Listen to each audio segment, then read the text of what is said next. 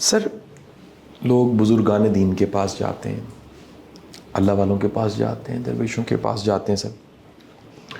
ان کی اپنی ضرورتیں ہوتی ہیں سر، ان کی مشکلیں ہوتی ہیں سر. لیکن سر اس میں سے کچھ لوگ ایسے ہیں سر جو سر ان کے رستے پہ چلتے ہیں سر.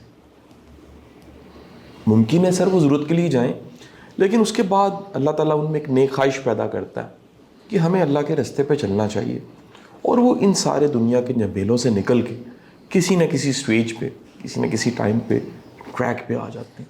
کیا سر ہم کو ریشو نکال سکتے ہیں کتنے % لوگ ایسے ہیں سر جن کو یہ ان کے نصیب میں یہ خوش بختی لکھی ہوتی ہے کہ وہ دنیا داری سے نکل کے خیر کے رستے کی طرف چلے جاتے ہیں اگر وہ اللہ والوں سے ملیں؟ دیکھیے، ہمیں عام طور پر اللہ والوں کے پاس خود ہماری ضرورتیں ہی لے کے جاتی ہیں.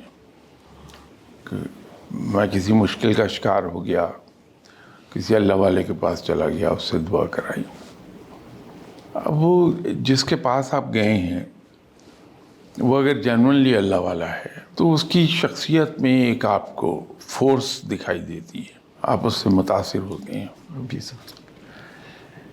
اگر آپ اس کے بعد بھی اس کے پاس جاتے رہے اپنی ضرورت پوری ہو جانے کے بعد بھی، تو نیکی کی اپنی ایک طاقت ہے. نیکی آدمی پر اثر انداز ضرور ہوتی ہے، اگرچہ وہ تبدیلی بڑی غیر محسوس آتی ہے.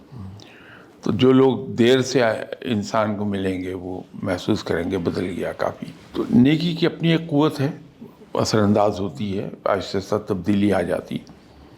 لیکن ایک بڑی تعداد جو ہے 99.9%، ہم لوگ جاتے ہیں، دعا کرائی، اس کے بعد قصہ ختم ہو گیا. لیکن وہ لوگ خوش نصیب ہیں جو ایسے لوگوں کے پاس جا کے بیٹھتے ہیں اور وہاں سے علم سیکھتے رہتے ہیں، اچھی چیزیں سیکھتے ہیں.